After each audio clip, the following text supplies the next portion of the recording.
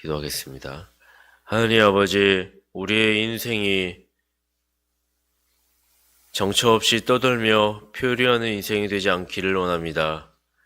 오직 주님 말씀 붙들어 어디로 가야 할지, 왜 여기 서 있는지에 대한 이유와 목적과 방향을 알고 깨달아 주님 가르쳐 주신 그 순리에 따라 진리의 길을 걸어가게 하시고 하나님 나라의 영광에 이르도록 주님 우리 한 명 한 명 붙들어 주시옵소서. 말씀 앞에 기도하러 나왔사오니 주님 우리에게 깨달음을 주시고 또한 하나님께 온전히 드리는 상달되는 기도, 응답되는 기도 드리고 돌아가는 시간 되도록 하여 주시옵소서. 예수님의 이름으로 기도합니다. 아멘. 소명을 받은 주의 자녀들은 사명자로 세상에 내보내집니다. 복음에 합당한 삶은 모든 소명자들의 사명입니다. 복음을 들고 세상에 나아가는 것이란 때로는 고난이 있기도 하지요. 하지만 신자들이 두려워할 필요가 없습니다. 우리는 그 고난, 그 핍박, 세상 권세자들에 대한 압제가 올 때에도 두려워할 자를, 몸과 영혼을 다스리시는 진정으로 두려워할 자를 두려워해야 하기 때문입니다. 우리는 성경의 진리가 이 사실을 증거해 줌을 믿습니다. 왜 그렇죠? 그 진정으로 두려워해야 할 자인 창조주요, 구속주요, 심판주이신 하나님께서 자신의 섭리 가운데 이 땅에 고난 가운데 나와 있는 주의 자녀들에게 반드시 고난의 언덕 넘어 영광으로 나아갈 수 있도록 하실 것이기 때문입니다.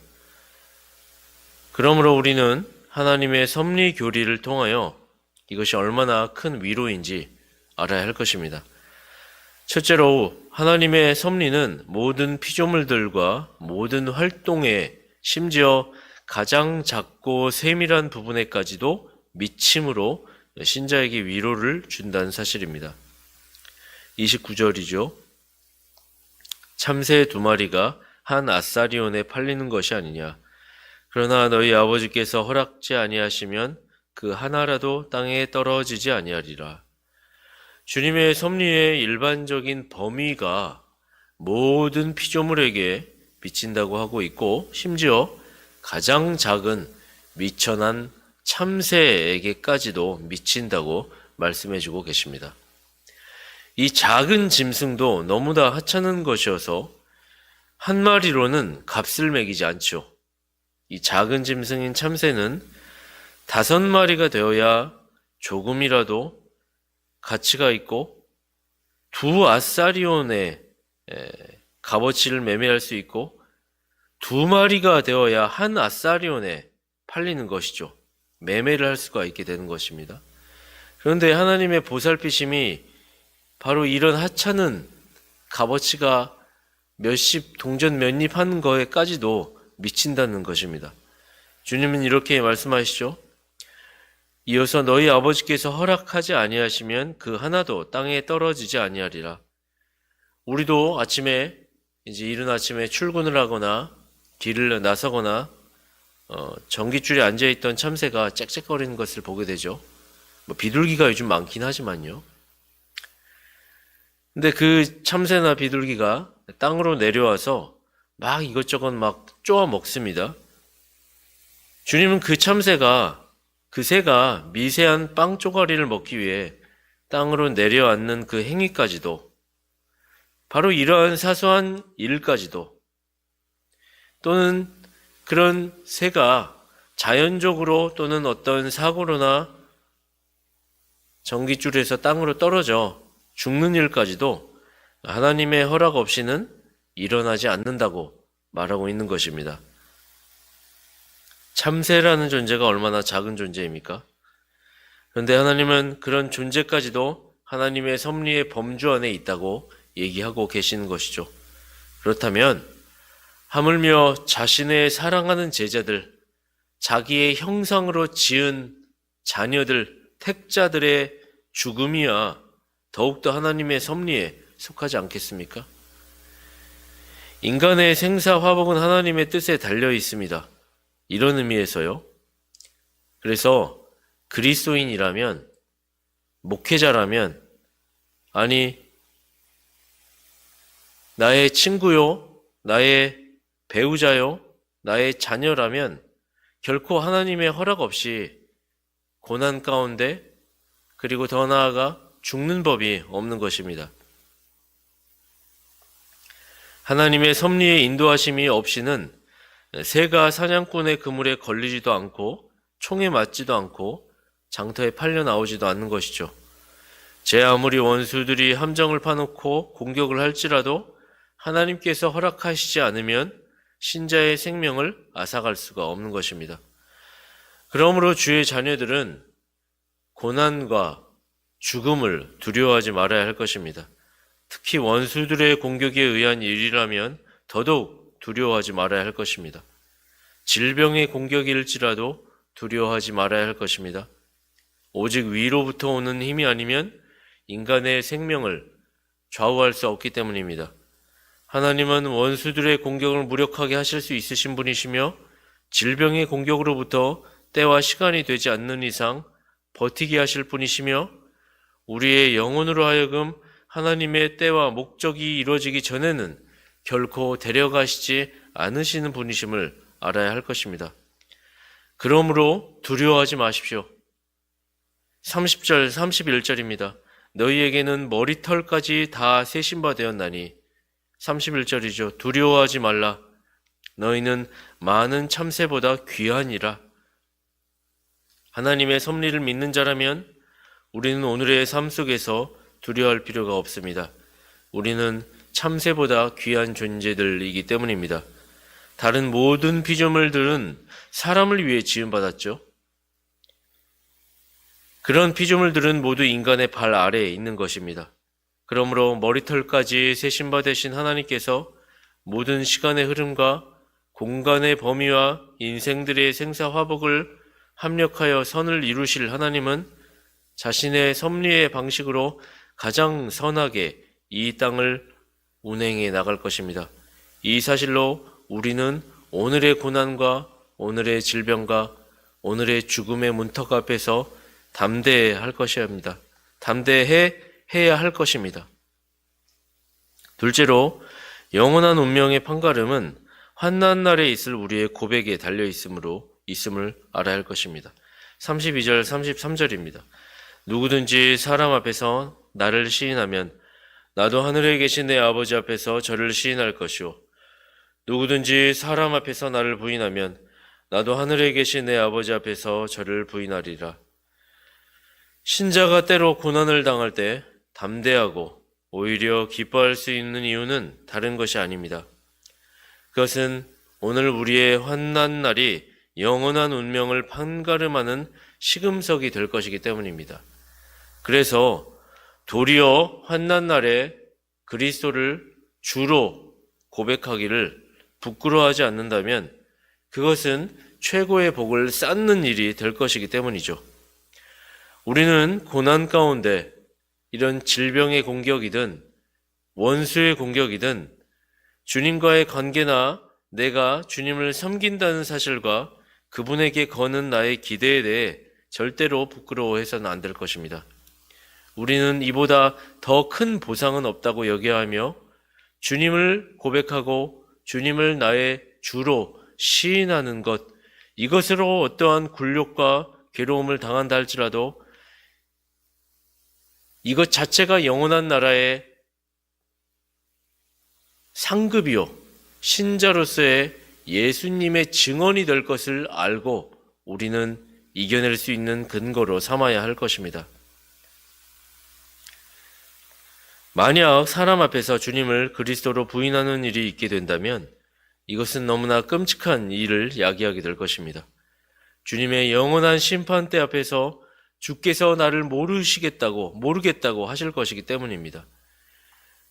마태복음 7장에서도 우리가 보았던 것처럼 내가 너를 도무지 알지 못하노니 불법을 행한 자야 내게서 떠날지어다 라고 하시는 것은 우리의 살아생전의 입술의 고백을 통하여 그것이 너의 신앙의 증거였음을 하나님께서 알고 계시기에 영원한 나라의 심판대 앞에서도 그 입술의 고백을 기억하시는 하나님께서, 심판장이신 하나님께서 그 기록을 보시고 우리를 판단하실 것이기 때문에 이 고백은 너무나 중요한 것이죠.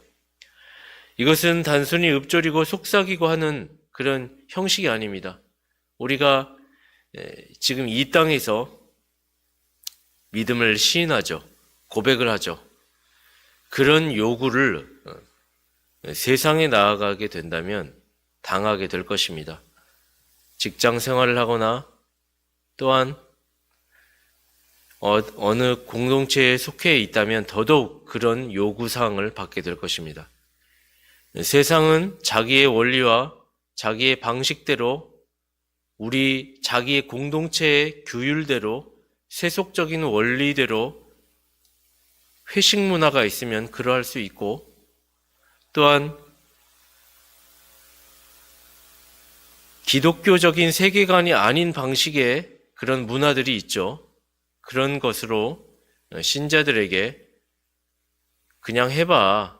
술 한 잔 받는 것이 뭐 어때서 그래. 거듭 권면하고 강청하지요. 그럴 때 우리가 거절하는 것이란 못 마셔요. 술이 안 받아요. 그런 대답을 요구하는 것이 아닙니다. 주님께서 요구하시는 것은 당당하게 우리 신앙에 우리의 신분을, 우리의 주가 그리스도요 하나님이심을 시인하기를 원하시는 것이죠. 우리의 신앙 고백으로 담대하게 세상에 이야기함으로써 그들이 알아먹을 수 있도록, 신앙인들이라고 하는 것은 이런 생각을 가진 사람들이구나.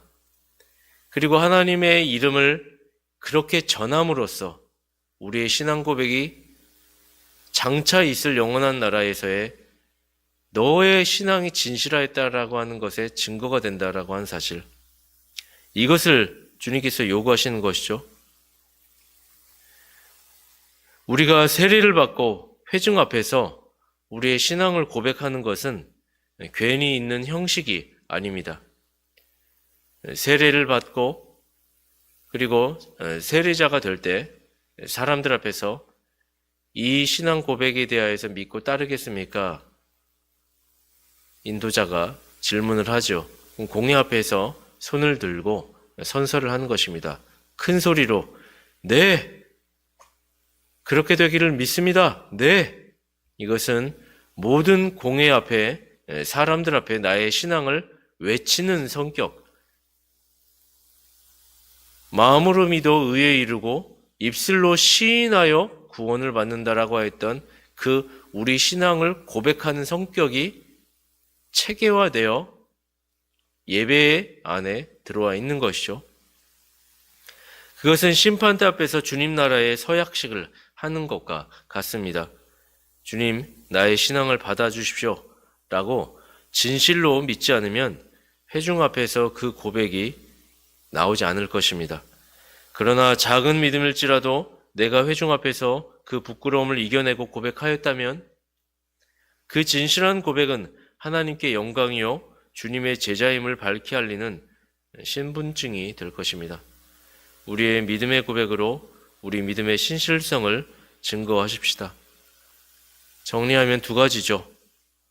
우리가 세상 가운데 그리스도의 진리의 길을 걸어갈 때 고난을 당하거나 죽음을 염두할 수가 있습니다. 그러나 두려워할 것이 아닌 것은 하나님의 섭리가 아주 작은 세세한 영역까지 미치고 있음이 오히려 우리에게 위로가 된다는 사실입니다. 그렇죠. 그 하나님의 섭리에 의하여 신자들의 작은 삶의 영역까지도 하나님께서 관여하시고 알고 계시다. 우리는 이것으로 위로를 받아야 할 것입니다. 또한 둘째로, 그런 영원한 운명의 판가름은 섭리 가운데 하나님께서 지키시고 보호하시지만 우리에게 있어서 우리의 고백을 보신다는 것이다. 우리의 신앙 고백을 통하여 하나님의 섭리 안에 있는 신자들의 참다운 보호하심이 영원한 나라에서 이루어지게 될 것임을 우리는 알아야 할 것입니다. 이 고백, 담대하게 두려워할 자를 두려워하며 담대히 고백할 줄 아는 그런 용기를 가지는 우리 합정동교회 성도님들 되시기를 간절히 소망합니다. 기도하겠습니다. 하나님 아버지, 하나님 나라의 영원한 천국을 소망합니다. 내가 지금 이 땅을 살아가며 여러 가지 어려움 속에 처해 있을 때, 고난이 있거나 외부적인 신자로서 살아가는 데 압제가 있거나 질병이 있거나 하였을 때, 주님께서 하나님이시기에, 아버지시기에, 창조주요 구속주요 심판주로서 모든 것을 아시기에 신자는 슬퍼하지 않을 수 있고 도리어 담대할 수 있는 것입니다. 하나님의 그 손길이 우리에게 닿기를 원합니다. 나의 생애 작은 영역까지 미치기를 원합니다. 대신 내가 해야 할 것은 주님을 부인하지 않는 것, 주님을 나의 주로 고백하는 것, 당당하게 담대하게 자랑하는 것, 복음을 부끄러워하지 않는 것, 이것을 주님께서 우리에게 요구하신 줄로 알고 오늘의 삶 속에서 주님을 드러내기를 기뻐하는 자 되게 하여 주시고, 영원한 나라의 신분증을 가지고 주님 나아갈 수 있도록 하여 주시옵소서. 우리 구주 예수 그리스도의 이름으로 기도합니다. 아멘.